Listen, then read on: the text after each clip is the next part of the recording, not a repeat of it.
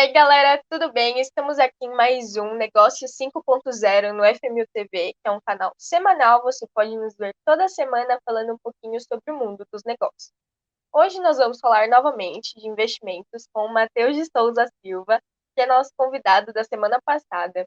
Hoje ele vai falar um pouquinho sobre investimento durante a crise da pandemia. A gente sabe que 2020 houve uma crise com problemas inimagináveis, não é mesmo? Em novembro já registrava 50 milhões de infectados pelo coronavírus e 1,3 milhão de mortes. Então, assim, diante de um cenário tão estável e imprevisível, saber onde investir na pandemia foi essencial. E o Matheus vai explicar um pouquinho pra gente como que foi toda essa trajetória. E aí, Mate, tudo bem? Seja muito bem-vindo novamente. Matheus, que é estudante da FMU, ele estuda Ciências Econômicas, esteve aqui com a gente no vídeo passado. Hoje ele vai falar um pouquinho sobre como investir na pandemia, como foi passar por toda essa crise. E aí, Má, tudo bem? E aí, Isa, como é que você tá? Bom, de novo aqui, né? Bom, gostou? Algo muito bom. Muitas pessoas perguntam isso, né? Como é que tá o mercado? O que aconteceu? Vi que a bolsa caiu bastante. O que a gente faz agora? Surge essa dúvida em meio para muitas pessoas, né? Essa é uma preocupação bem geral de todo mundo que ou investe ou tem apenas curiosidade. Então, Má, como que foi investir na crise? Onde a gente deveria ter investido? Se você tem 3 dicas para ganhar dinheiro em meio a uma pandemia, basicamente. Olha, não só investimento em bolsas de valores ou em ativos do mercado financeiro em geral. A gente viu alguns movimentos acontecendo na pandemia, né? Vou replicar algum deles, o que aconteceu.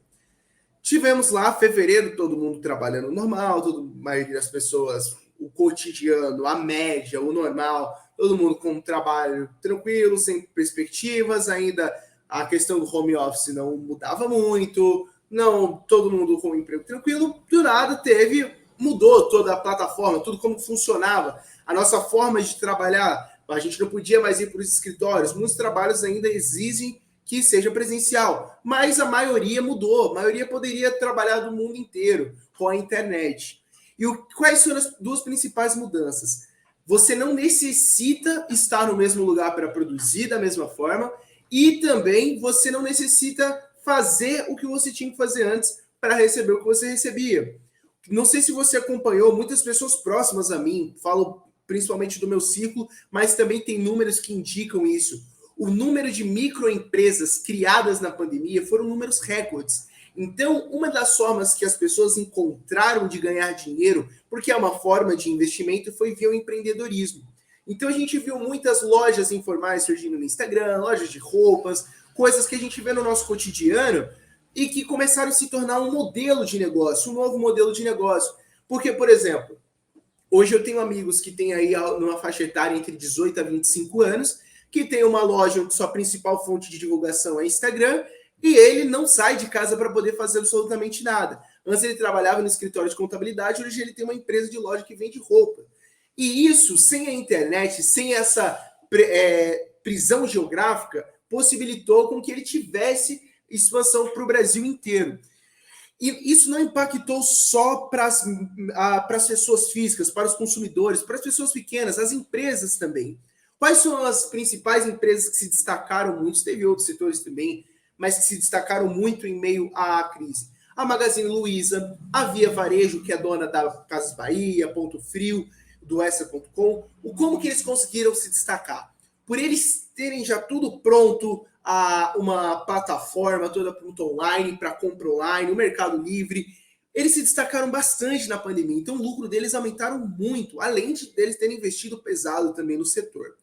E o que influenciou? Qual foi esse movimento? As pessoas ficaram em casa, tiveram auxílio emergencial e muitas pessoas começaram a comprar produtos que eram um pouco supérfluos, muita gente aproveitou para comprar coisas que precisava, outras para casa, e muito disso, essas plataformas hoje, se você entrar no Mercado Livre, ele consegue ter uma variedade enorme de produtos. Por exemplo, eu faço compras de um monte de coisas, por exemplo, de casa, coisa de cozinha mesmo, eu compro pelo Mercado Livre, que entrega no mesmo dia na minha casa, em São Paulo, não sei como que é em outras regiões do Brasil.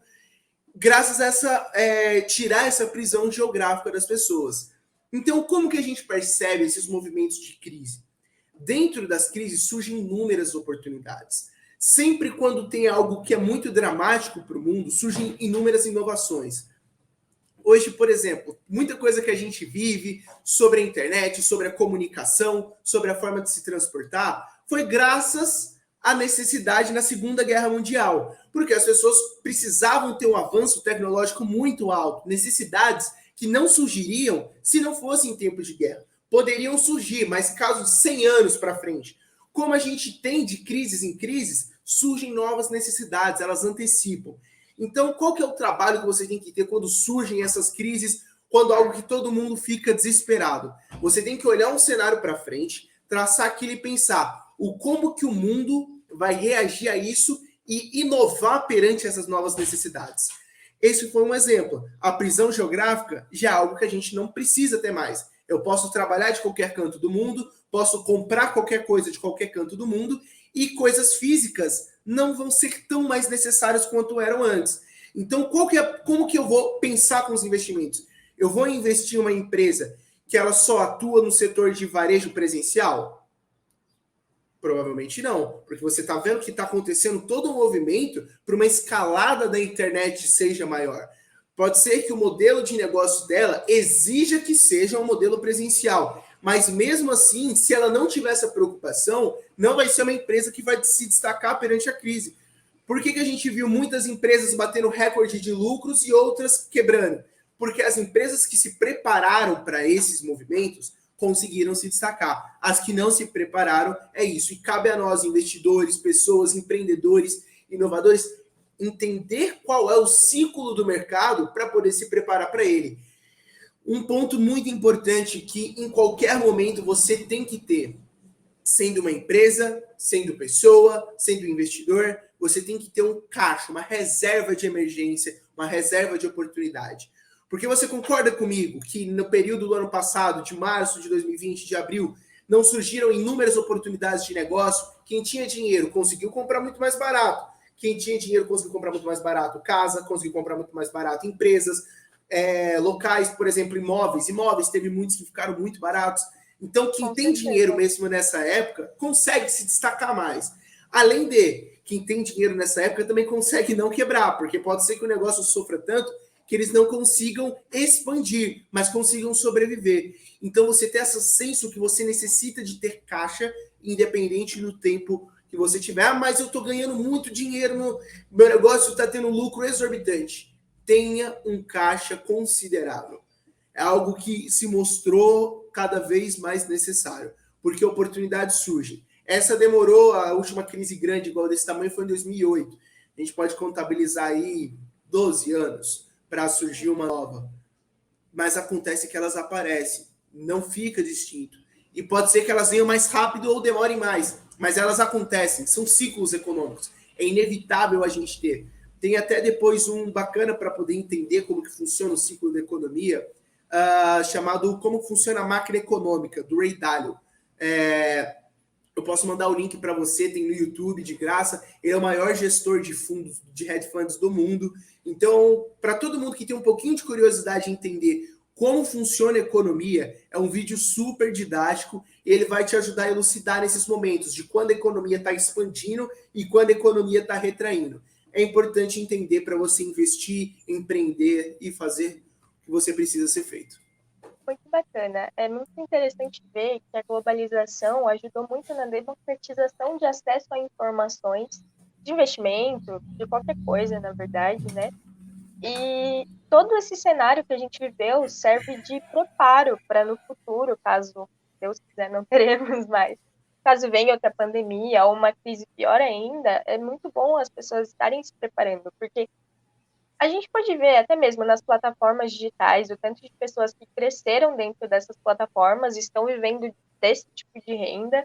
Então, Exato. com um celular, a gente pode fazer milhões de reais sem... É isso que eu quis dizer. Não era imaginável se você perguntasse para alguém em 2010, não vamos muito longe, é longe, estamos falando de 11 anos atrás, mas se você perguntasse para alguém em 2010, que era possível ficar milionário gravando vídeo, dançando pela internet, as pessoas falariam, isso é loucura. Mas se as empresas não tivessem se preparado, pessoas não tivessem se preparado, por exemplo, o Facebook, que começou a ganhar corpo nessa época, não se preparassem para ser essa plataforma para disponibilizar isso, porque o que está acontecendo hoje, muitas pessoas enxergaram isso e prepararam há muitos anos atrás. Então é isso que eu quero dizer. O mundo que a gente vai viver amanhã, tem muitas pessoas pensando hoje em como que ele vai ser amanhã. Entendeu? Excelente. Voltando um pouquinho assim para a pandemia, na sua opinião, quais que foram os principais impactos da pandemia no mercado financeiro?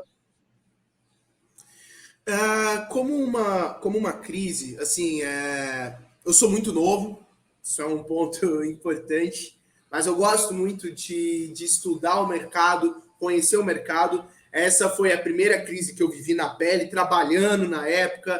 Não tenho tanto um background igual outros gestores que já passaram por inúmeras crises, mas eu sempre procurei me informar de como que estava. O que acontece sempre num cenário pós-crise costuma acontecer?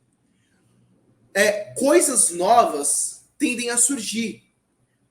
Novos investimentos, novas empresas, novas perspectivas de investimentos. Até uma coisa que é importante comentar sobre qual que é esse novo normal das empresas. Hoje a gente tem, por exemplo, a Uber. A Uber é uma empresa que ela não dá lucro líquido, ela dá prejuízo. Não sei se você sabia dessa informação.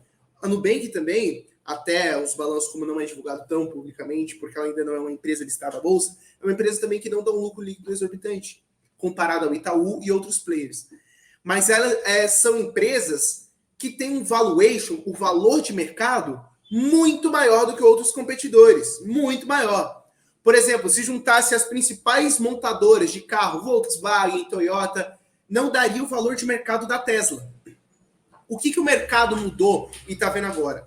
Não é tão necessário, no momento atual, que a empresa tenha lucros exorbitantes para ter um valor muito alto, como era o mercado antigamente. Antigamente você precisava dar muito lucro para ser uma empresa muito valiosa. Hoje a perspectiva é diferente. A sua projeção de lucro futuro é muito mais importante, entre aspas, lógico. Tem casos e casos, mas não era aceitável você ter empresas negociando quase 1000 vezes o preço-lucro dela. Não era aceitável isso no mercado. E hoje o mercado aceita isso, porque o mercado enxerga, com exemplos como Google, como Amazon, que são empresas de tecnologia, que elas podem ter uma força, por exemplo, hoje elas não dão lucro, mas amanhã, se elas conseguem monetizar fortemente a base deles, eles conseguem ter um lucro que acaba com qualquer player do mercado. Eles pegam o market share em questão de 2, 3 anos, eles se tornam líderes e acaba com o mercado, e se tornam, assim, não tem um outro competidor. Então, o que os investidores hoje vejam nessas empresas como Tesla, de tecnologia, que investem muito para o futuro? A empresa hoje não necessariamente precisa ter um lucro maior, ter o maior lucro do mercado, maior market share, mas ela precisa ter a maior projeção de lucro, de tomar esse mercado da maior forma possível. Que foi um pouco o que aconteceu com a Magazine Luiza. Em 2015, Magazine Luiza valia, era muito pouco, era muito barato comprar uma ação da Magazine Luiza. Ela não tinha o valor de mercado e a expressividade de mercado que ela tem hoje. Não vou trazer dados porque pode ser que esteja alguma coisa ou outra errada, mas em questão de projeções para você entender.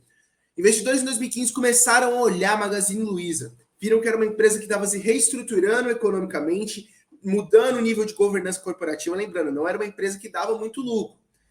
Ela se reestruturou, fez tudo o que tinha que fazer. Antes que ela desse o volume de lucro líquido que ela dá hoje, ter o tanto de mercado que ela tem hoje, ela disparou. Ela disparou e se tornou aí um dos investimentos que todo mundo fala. Qual vai ser a nova Magazine Luiza? Foi algo em torno de 22 mil por cento que ela valorizou num período aí de 5 anos. Algo bem grande. Então, eu vou trazer alguns números, eu trago a tabelinha dela depois, mas é um caso que todo mundo usa no mercado. O que aconteceu nesse movimento? De uma empresa que não estava dando muito lucro e ela fez algumas reestruturações, mas não deu muito lucro e do nada ela começou a ter um valor exorbitante. Os investidores enxergaram o que aconteceu com ela na pandemia. Ela se destacou como qualquer outra empresa, ela tem investido pesado em capital para poder comprar empresa de tecnologia, comprou a Netshoes, que era um grande player também de venda online. Então, vira um movimento que ela está fazendo hoje. Os investidores sempre tentam antecipar os movimentos futuros do mercado. Pode ser que naquela época ela não desse lucro, mas, cara, eu preciso participar dessa empresa. Eu sei que é uma empresa que ela vai ter um boom. Uma hora ou outra, ela vai dar o lucro prometido que ela está dando hoje. Então, isso tem acontecido. É o novo normal dos investimentos, entendeu? O investimento na publicidade é muito importante, né? Qualquer tipo de empresa, você tem que divulgar. Você deu o exemplo da Magazine Luiza, certo? Foi uma empresa que, poxa, eles fizeram uma personagem, tudo. É algo que atrai o público e faz com que a gente se familiarize. A gente vê a personagem da Magazine e você conhece ela em qualquer jeito. Em qualquer lugar que você vê, você reconhece. Ela teve interações com famosos, interações. Sim, sim. Mas é muito legal. Eles desenvolveram quase que uma inteligência artificial para chamar as pessoas, para atrair o público. Então, o investimento na publicidade é muito importante também. Muito legal você ressaltar sobre isso. Bom, qual estratégia vem sendo adotada agora nessa gestão de investimentos, no momento atual? Isso é muito subjetivo, tá? Sim. Depende muito do perfil, por exemplo, de um fundo de investimento, do perfil do gestor, do perfil do investidor. Uma coisa que eu acho que eu, Matheus, trabalhando bastante, conversando com meus clientes, consigo ver que a noção que eles têm hoje de ter passado pelo que eles passaram, viram o que passaram, ficou muito maior do que eles tinham antigamente. Para você entender, hoje a base da Bolsa de Valores, o número de pessoas, a gente ultrapassa acho que de 3 milhões e pouquinho de CPFs que são cadastrados hoje na Bolsa de Valores. Esse número, antes dessa crise, um pouquinho lá para 2018, era em torno de 500 mil pessoas. Então, cresceu muito na pandemia. Duas coisas que mudaram bastante. As pessoas que aprenderam e as pessoas acham que o mercado vai ser sempre um mercado de alta. Porque o que aconteceu? 2020, março, economias em colapso, bolsa caindo para tudo quanto é lugar do mundo. Os governos se reestruturaram por meio de pacotes, de recompra de títulos, de um monte de coisas, por exemplo, auxílio emergencial, para reestruturar o país e fazer com que tivesse um ciclo de chegasse uma expansão econômica muito rápida, para que não deixasse com que os países quebrassem. Então eles injetaram muito dinheiro para que os países não quebrassem. Então o que aconteceu? As bolsas voltaram muito rápido. Estados Unidos voltou rápido, o Brasil voltou aos patamares que estava antes da crise. E o que aconteceu com os investidores? Esses que entraram nesse período muito curto de investimento, acharam, ó, se eu consigo ganhar isso daqui, eu vou conseguir sempre ganhar assim com a Bolsa de Valores. Só que eles esquecem de estudar que de 2011 a 2018, a Bolsa ficou lateral. Não subia muito e caía, entendeu? Não tinha nenhuma perspectiva, nenhum drive que descolasse para que a Bolsa subisse tão rápido assim. O que mudou? Quem já investia há muito tempo entendeu que precisa ter um portfólio diversificado, um portfólio internacional, ter uma carteira com caixa, independente se você é pessoa física, se você está guardando seu dinheirinho, se você é uma empresa, se você é empreendedor, a necessidade de caixa, que precisa olhar para o longo prazo, ou você se tornou otimista demais. Eu vejo muito esses três perfis. Pessoas que se tornaram otimistas se acham que é o novo Warren Buffett, que é o mega investidor bilionário dos Estados Unidos, que o cara é fenomenal, que tem mais que se juntar aí, pelo menos 4 pessoas com a minha idade, talvez não tenha tanta experiência que nem ele, porque ele tem muito tempo de mercado. E a gente viveu um ciclo de alta. E por as pessoas não entenderem os ciclos econômicos, e só terem ido na ganância, viu que subiu muito rápido, acharem que o mercado se comporte sempre assim. Ele não vai sempre se comportar assim. É muito Ele tem os ciclos né? deles. Sim e não. Se você pegar e traçar no gráfico, você vai ver que a economia é um ciclo. É um ciclo que ela sempre vai estar girando. Aumenta juros, diminui o dólar. Diminui juros, aumenta dólar, aumenta inflação. Então, são ciclos que aconteceu. Por exemplo, o que aconteceu aqui no Brasil? O governo abaixou a taxa básica de juros que é o que meio que usam como referência para poder dar empréstimo no banco, para o banco fazer financiamentos. Bem superficial, é bem mais profundo, mas é mais para ficar didático, algum objetivo. É uma taxa básica de qual que é o valor do dinheiro, o preço de você pegar um dinheiro emprestado. Qual que é o preço desse dinheiro? Foi o menor patamar histórico. O Banco Central abaixou muito esses juros. Abaixando os juros, isso faz com que a atratividade de investimento no real fica baixa. Então tem uma fuga de dólar. Saindo dólar, entrando mais real, é oferta e demanda. Quanto mais real na economia e menos dólar, mais caro, você precisa de mais papel moeda do real para comprar o dólar. E foi isso um dos movimentos que aconteceu. Abaixando muito os juros, aumenta o nível de expansão. As empresas começam a pegar, por exemplo, mais empréstimos para comprar alguma fábrica, para fazer alguma coisa. E quanto mais dinheiro tiver na economia, vai ficando cada vez mais aumentando o quê? A inflação. Então foi esse o ciclo que aconteceu, um ciclo de expansão, um ciclo de alta. E é normal isso acontecer. Só que as pessoas têm que entender que vem um ciclo. E qual que é o ciclo que a gente está entrando agora? Um ciclo de retração. O Banco Central ele está aumentando a taxa de juros para baixar o dólar e segurar a inflação. Por quê? Aumentando a taxa de juros, fica mais atrativo para os investidores trazerem mais dólar para comprar títulos do Tesouro Americano, e americano não brasileiro, comprar mais títulos brasileiros e faz com que o dólar arrefeça, faz também com que a inflação se controle, porque as pessoas vão deixar de ficar gastando tanto dinheiro, porque o comerciante ele vai olhar, olha, se tem um monte de gente comprando por esse valor, eu tenho que subir esse valor.